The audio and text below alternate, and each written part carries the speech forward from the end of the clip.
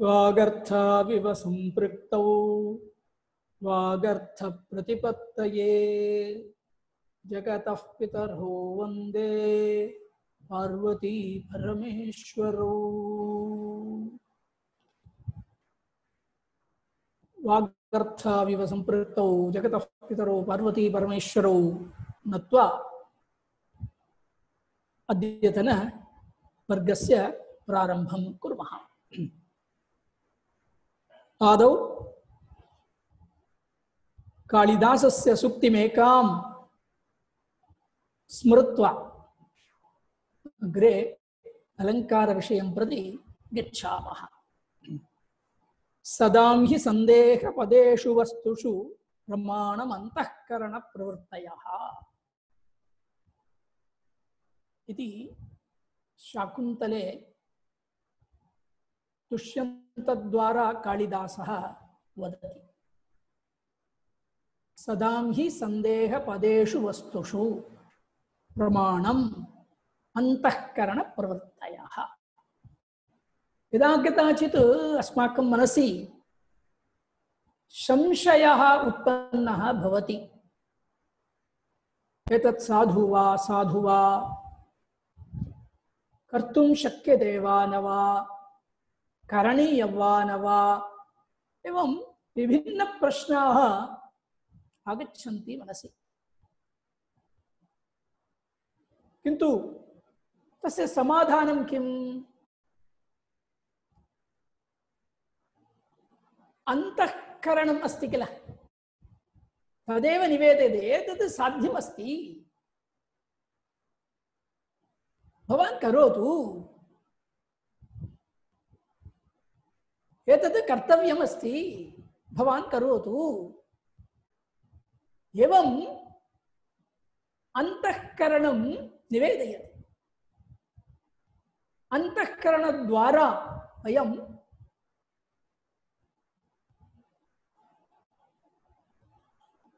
अस्माकं कार्यम् अवगच्छामः। अतः अत्यन्तप्रमाणं किम् इति चेत् अस्माकम् अन्तःकरणमेव। अतः अन्तःकरणशुद्ध्या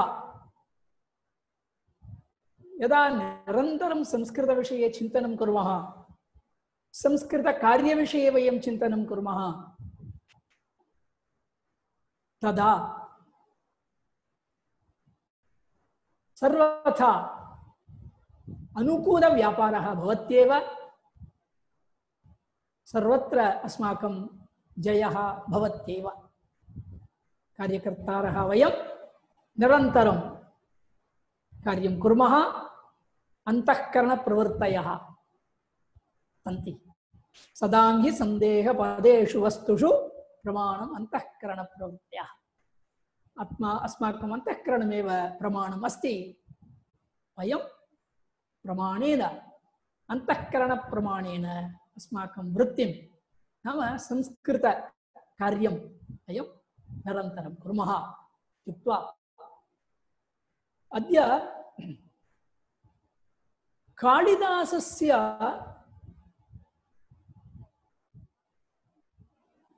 वैदिककर्मसु आसक्तिः कथम् आसीत्, कथं सः वैदिककर्मविषये श्रद्धां स्वीकृत्य आदरं प्रकटयति इति किञ्चित् मात्रेण पश्यामः। दिलीपः सुदक्षिणया साकं गुरोः वसिष्ठस्य आश्रमं गच्छति। कथं गच्छति? शुद्धवेषयोः इति। आश्रमनिमित्तम् उचितवेषः अस्ति, तेन वेषेण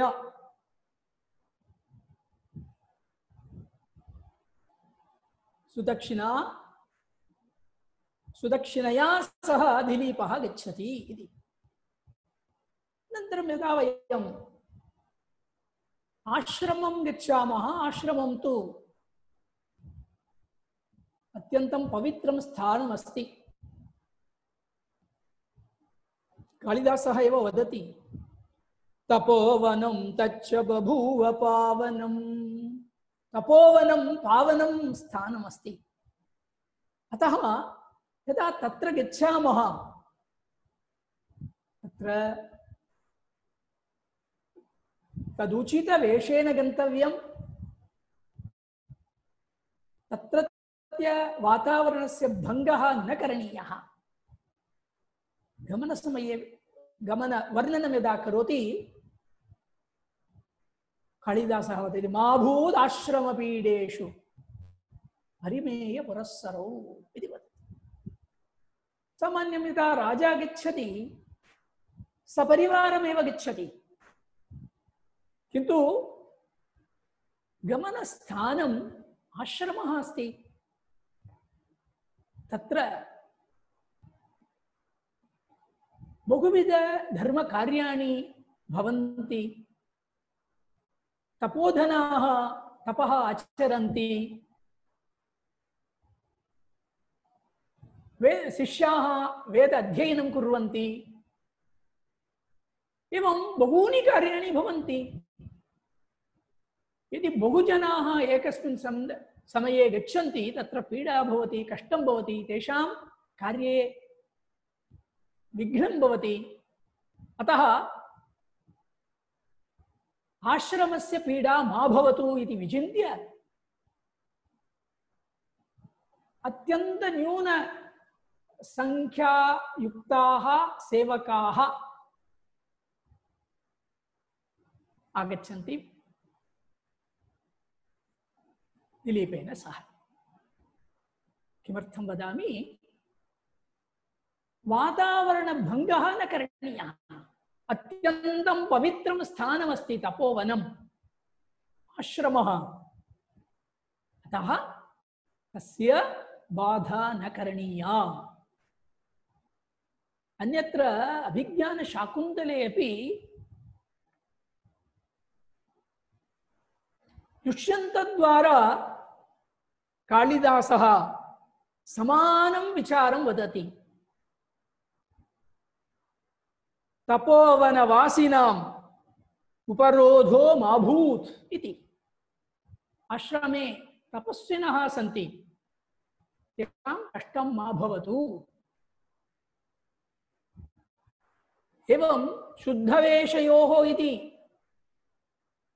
दिलीपविषये उक्तवान् कालिदासः। दुष्यन्तद्वारा अपि समानविचारं वदति। विनीतवेषेण प्रवेष्टव्यानि तपोवनानि नाम इति। उचितवेषेण एव गन्तव्यं। पवित्रं स्थानमस्ति। यदा वयं देवालयं गच्छामः, शरीरशुद्धिमपि कुर्मः, उचितवेषेण एव गच्छामः। एवमेव आश्रमः तु अत्यन्त पवित्र स्थानमस्ति। अतः तदनुगुणं यद् औचित्यमस्ति, औचित्यरूपेण अस्माकं व्यवहारः भवेत् इति। एतत् सर्वं किं निवेदयति? कालिदासस्य श्रद्धा। स्वकीय पात्रद्वारा, कथापात्रद्वारा, काव्यपात्रद्वारा स्वकीय श्रद्धां कालिदासः निवेदयति। इदानीम् एकः सन्दर्भः, सन्दर्भानुसारं कथं कालिदासः उपमायाः प्रयोगं करोति इत्यपि वयम् अवलोकनं कुर्मः।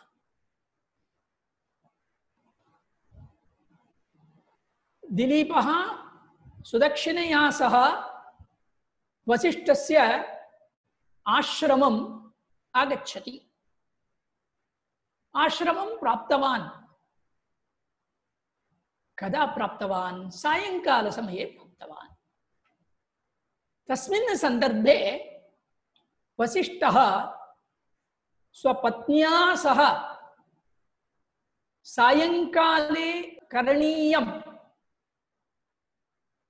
अनुष्ठानं सः करोति, आचरति।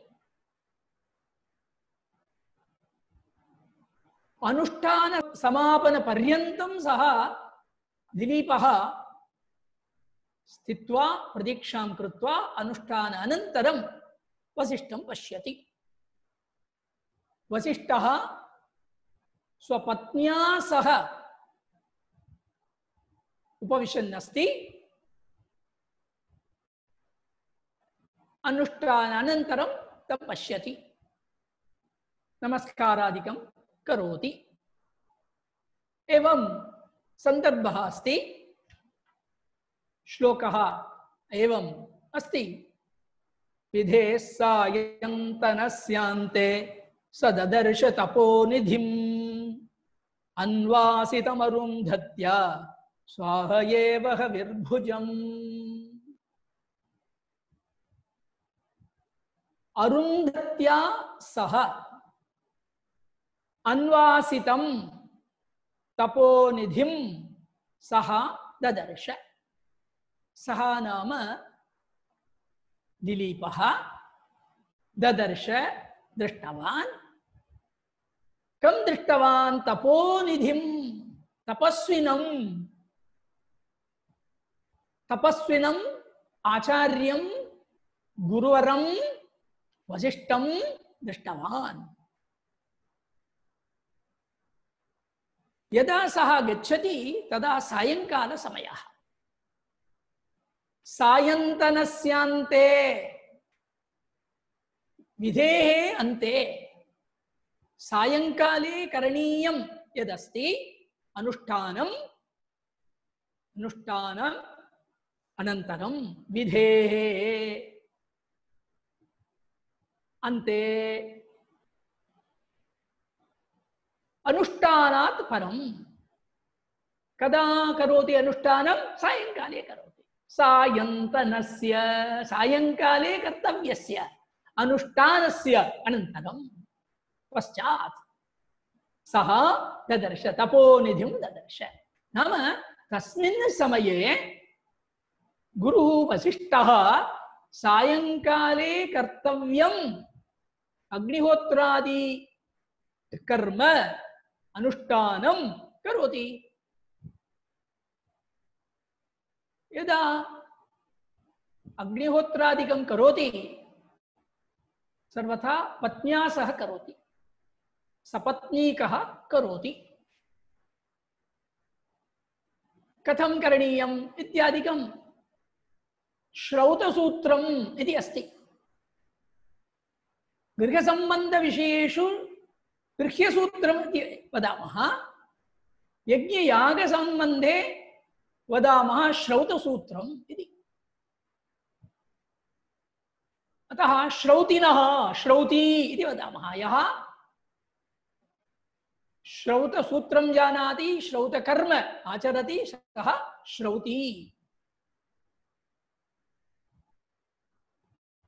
इदानीं वसिष्ठः वैदिक मार्गे प्रवर्तकः। वैदिक मार्गम् अवलम्ब्य स्वकीय जीवनं करोति। अतः अत्र सायंकाले अग्नेः आराधनं करोति। अग्नि आराधन संदर्भे पत्न्या सह करोति। इदानीं यदा दिलीपः सुदक्षिणया सह आगच्छति, आश्रमम् आगच्छति, तत्र पश्यति गुरुः वसिष्ठः, तस्य पत्नी अरुन्धती तया सह अग्निकार्यं करोति। एषः एव सन्दर्भः अस्ति, एवम् अस्ति दृश्यम्। सामान्यवाक्यं किं? दिलीपः तपोनिधिं ददर्श। कीदृशं तपोनिधिम्? अन्वासितम्, उपविशन् अस्ति, उपविशन्तं तपोनिधिं, तस्य गुरुं। कया सह उपविशन्तम्? अरुन्धत्या, अरुन्धत्या सह, अरुन्धती समेतः सः अस्ति।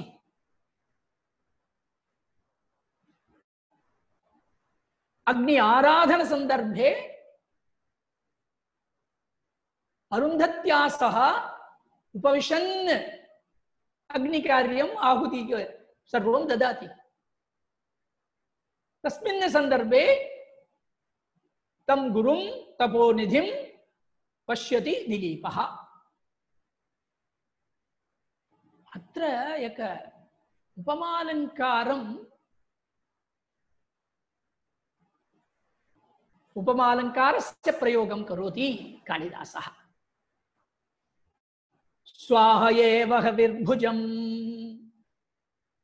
स्वाहया इव हविर्भुजम्। हविर्भुक् नाम अग्निः इत्यर्थः।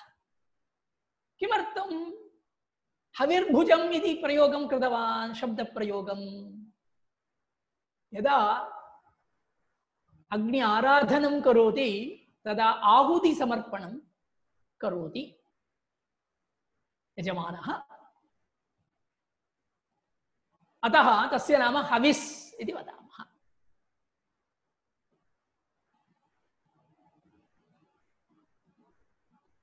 सः अग्निः यत् समर्पितं आहुतिं स्वीकृत्य यं प्रति समर्पितं तं प्रति ददाति इति। देवानां प्रतिनिधिः अस्ति सः। अग्नौ यदा वयं समर्पयामः इन्द्राय स्वाहा इति वदामः, आहुतिं समर्पयामः, समर्पितम् आहुतिं स्वीकृत्य साक्षात् इन्द्रस्य कृते ददाति। सूर्याय स्वाहा इति तदा सूर्यदेवं प्रति नीत्वा ददाति। एवं सः समर्पणं करोति, तेषां कृते ददाति। अतः तस्य मुख्यकार्यं किम्? आहुतिस्वीकरणम् अस्ति। अतः एव हविर्भुजम् इति प्रयोगं कृतवान् अस्ति। यदा हविर्भागं समर्पयामः तदा स्वाहा इति पदस्य, स्वाहाकारस्य उपयोगः उच्चारणं भवति।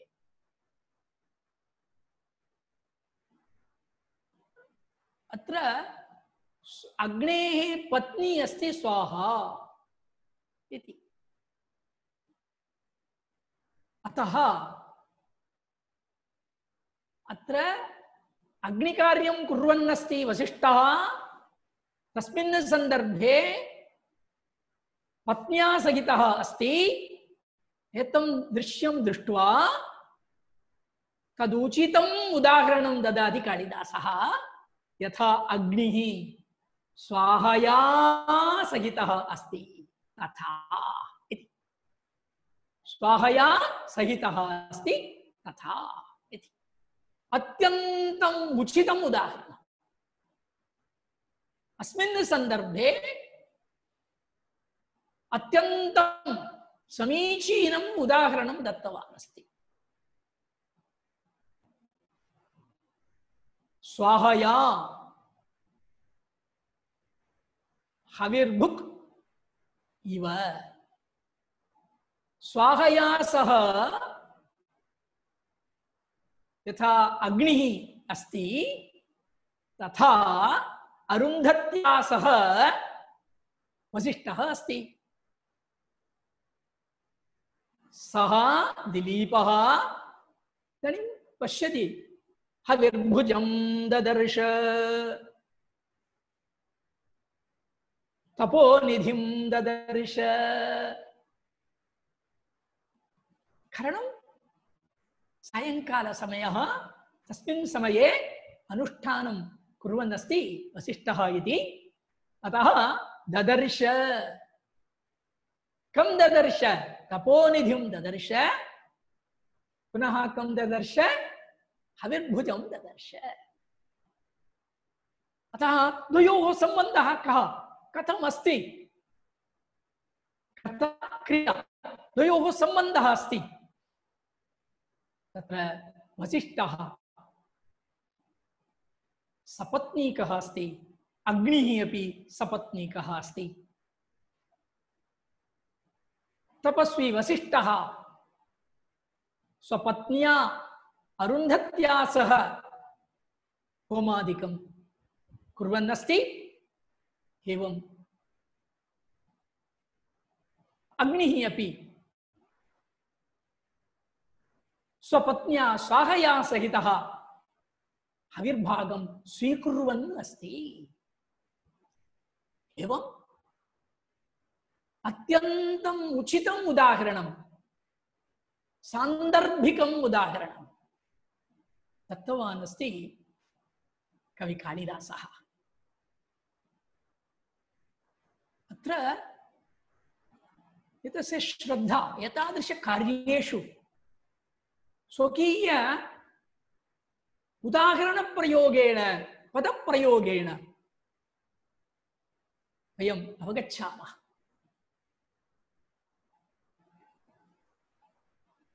अतः एतादृश वैदिक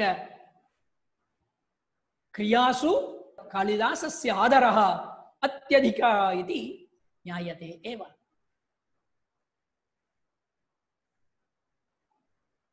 अनन्तरम् अन्यः सन्दर्भः गृह्यसूत्रम् इति उक्तवान् किल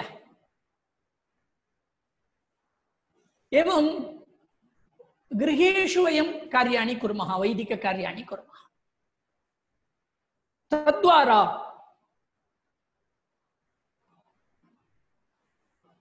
अस्माकं कार्यस्य सफलता भवति तद्वारा पुण्यं प्राप्नुमः अथवा पूताः भवामः इदानीं कालिदासः वर्णयति रघोः विषये दिलीपस्य पुत्रः रघुः यदा सः जातः शिशुरूपेण जातः तदनन्तरं वैदिकप्रकारेण जातकर्म इति संस्कारं कारयति वसिष्ठः कुलगुरुः वसिष्ठः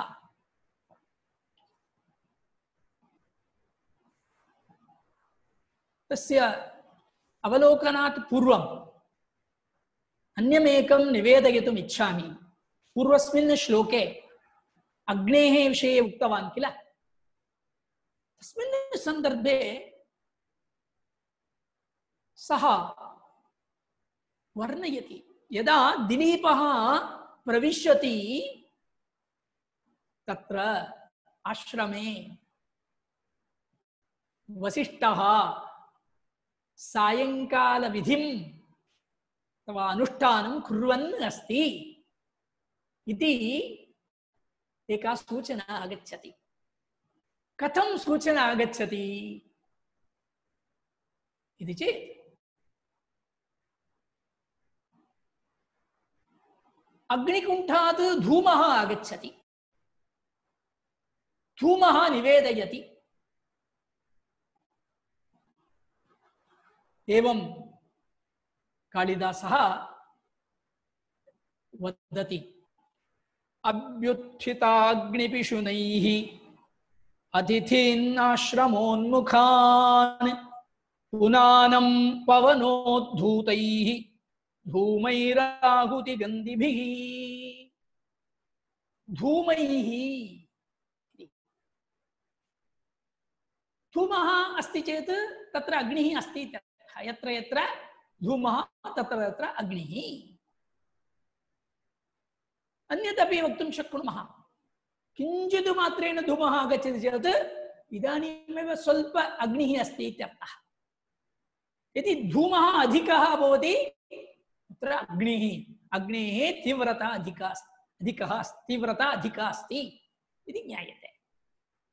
यथा धूमः तथा अग्निः भवति। अत्र धूमः आगच्छति। केन कारणेन, कस्मात् धूमः आगच्छति? इदानीं मलिनवस्तूनि सन्ति, तत्सर्वं वयं ज्वालयामः, तस्मिन् सन्दर्भे धूमः आगच्छति, एवं वा? अत्र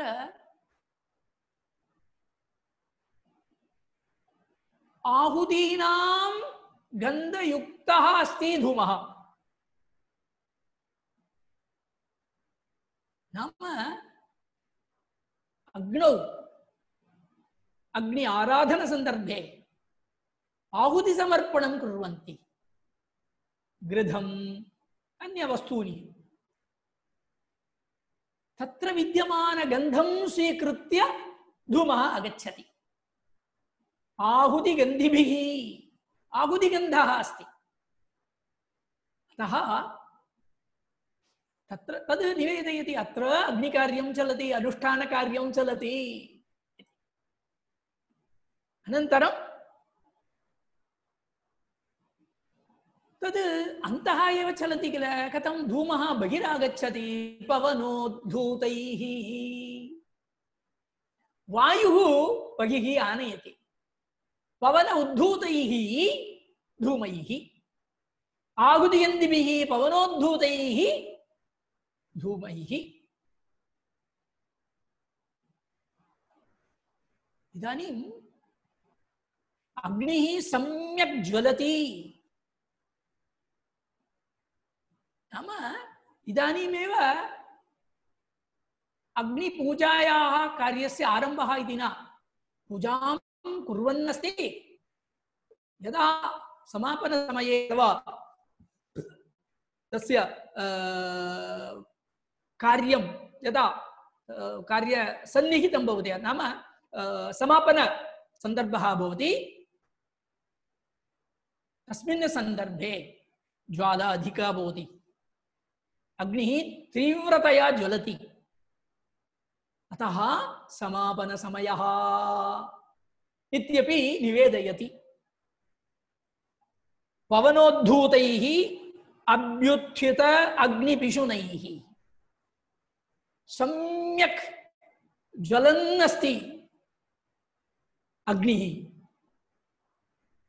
तद्वारा निवेदयति, हे दिलीप, इदानीं गुरुः वसिष्ठः अग्निकार्यं कुर्वन् अस्ति, समापनसमयः अस्ति इति निवेदयति।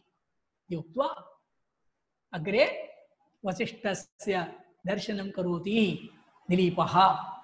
तस्य अवसाने नाम कार्यं समाप्य मध्ये गत्वा सः विघ्नं न करोति।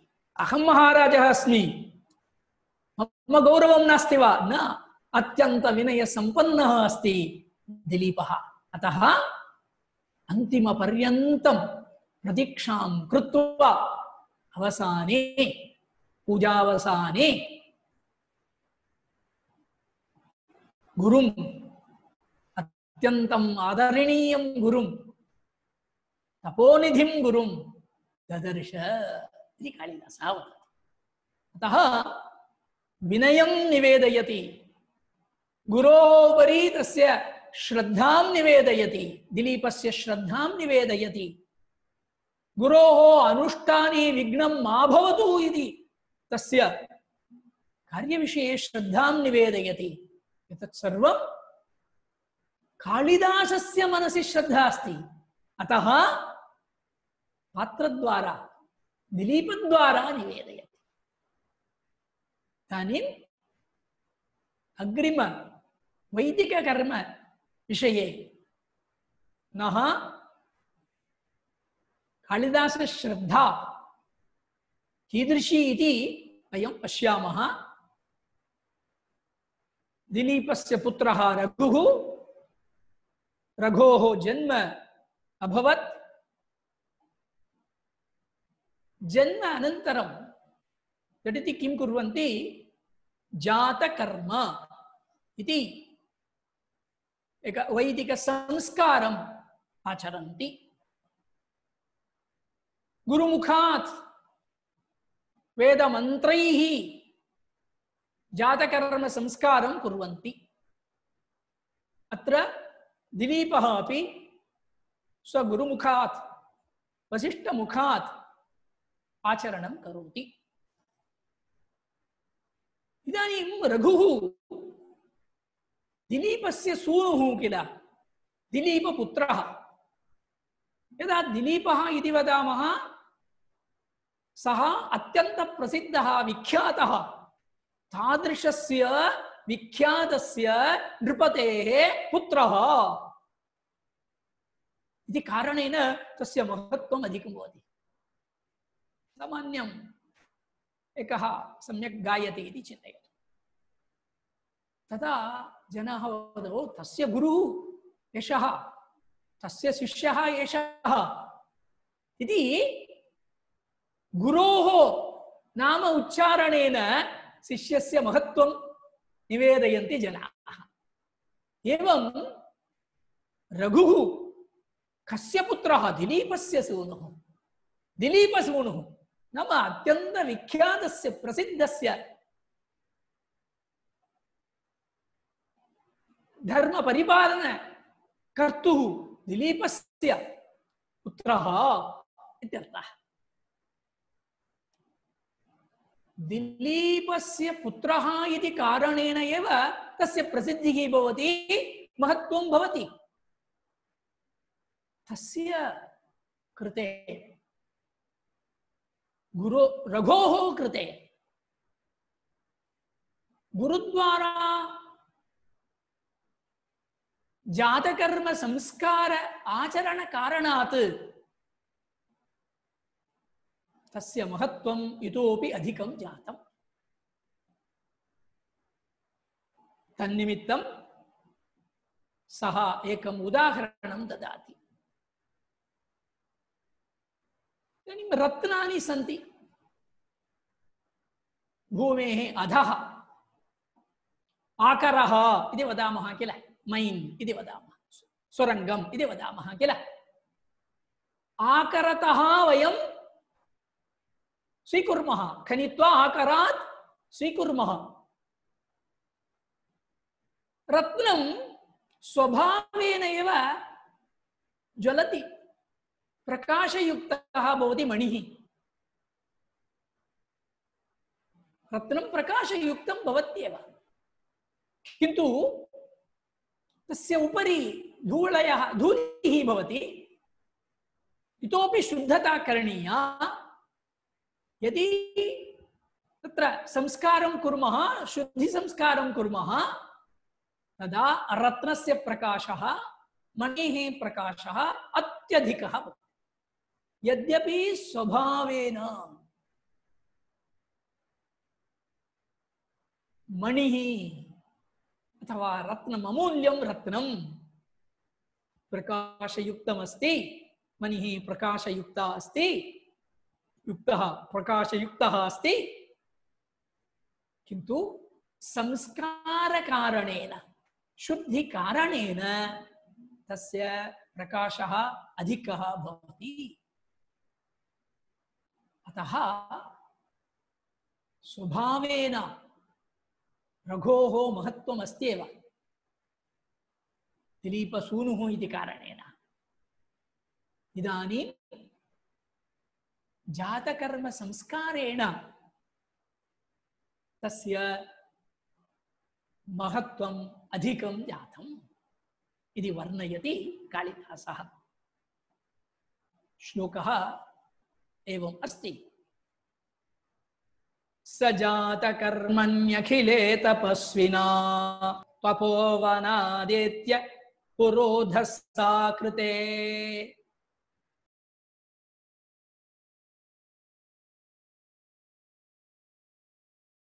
दिलीपसूनुर्मणिराकरोद्भवः प्रयुक्त संस्कार इवाधिकं बभौ।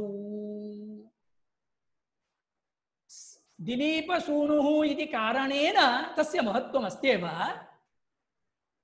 मणिः इति कारणेन तस्य महत्त्वम् अमूल्यत्वम् अस्त्येव।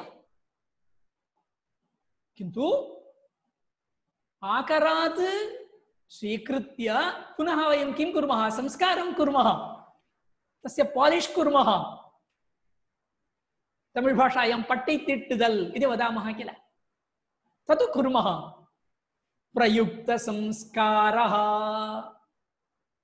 यदा तस्य संस्कारः जातः कृतः तदा मणेः सौन्दर्यं, तस्य प्रकाशः अत्यधिकः भवति। प्रयुक्त संस्कारः मणिः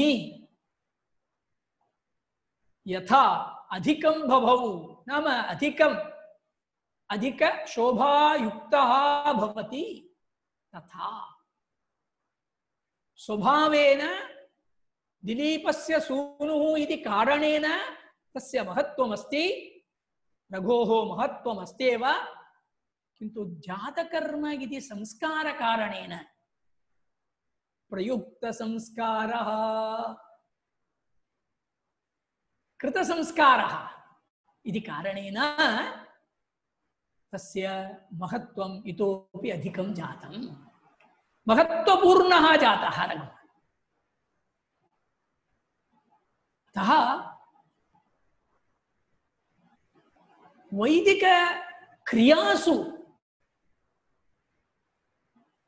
कवेः कालिदासस्य आसक्तिः अस्ति, श्रद्धा अस्ति, आदरः अस्ति इति कारणेन यत्र यत्र सन्दर्भः आगच्छति उचितेषु सन्दर्भेषु स्वकीयम् आदरं निवेदयति कालिदासः। तादृश अवसरेषु एकः अत्र जातकर्म सन्दर्भे जातकर्मणा एकस्य शुद्धिः भवति। केवलम् उत्तमकुले जातः इति कारणेन न, उत्तमकुले जातः इति कारणेन महत्त्वं भवत्येव, किन्तु इतोपि पवित्रता कथम् आगच्छति इत्युक्ते वैदिककर्मणा। अत्र जातकर्मणा रघोः पवित्रता, पूतः जातः रघुः, सत्कुले जातः, तोपि इदानीं पूतः जातः। दिलीपसूनुः रघुः उपमेयम् अस्ति। उपमानं मणिः। दिलीपसूनुः कुतः आगच्छति? सूर्यकुलात् उत्पन्नः सः।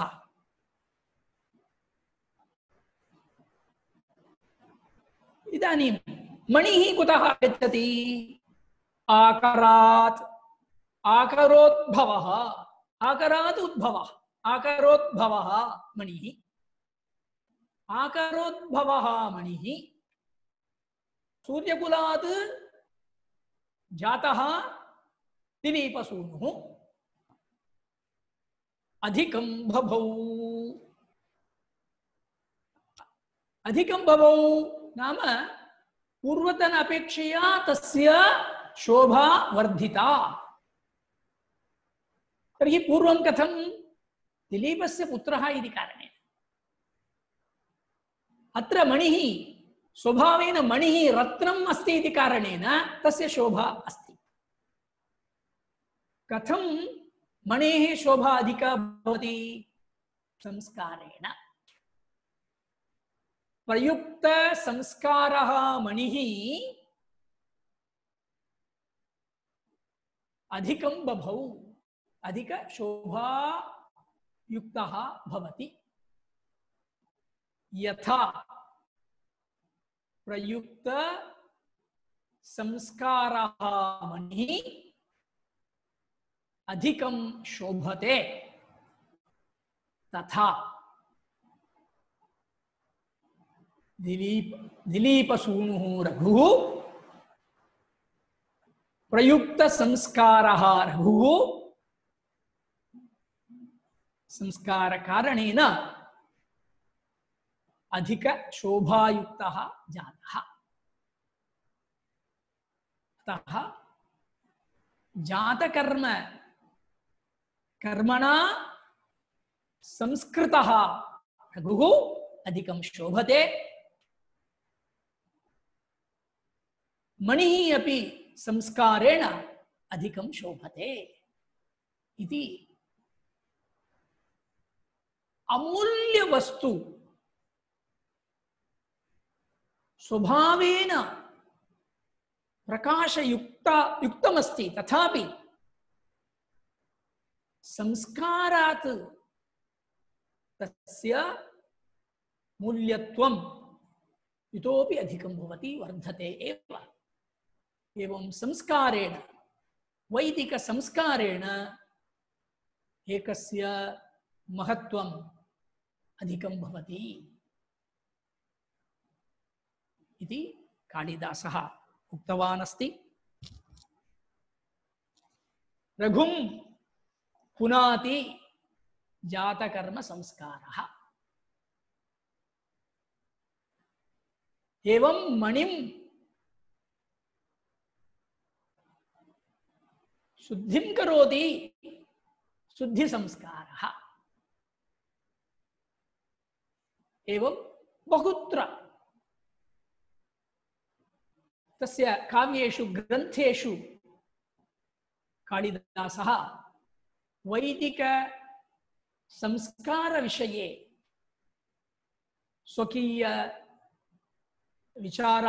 स्वकीयान् विचारान् निवेदितवान् अस्ति। उचितेषु अवसरेषु वयं पश्यामः। स्थालीबुलाकन्यायेन अत्र उदाहरणद्वयं दृष्टवन्तः। अवशिष्टम् अग्रे स्पष्टं भविष्यति इत्युक्त्वा विरमामि। नमस्कारः। वदतु संस्कृतं, जयतु भारतम्।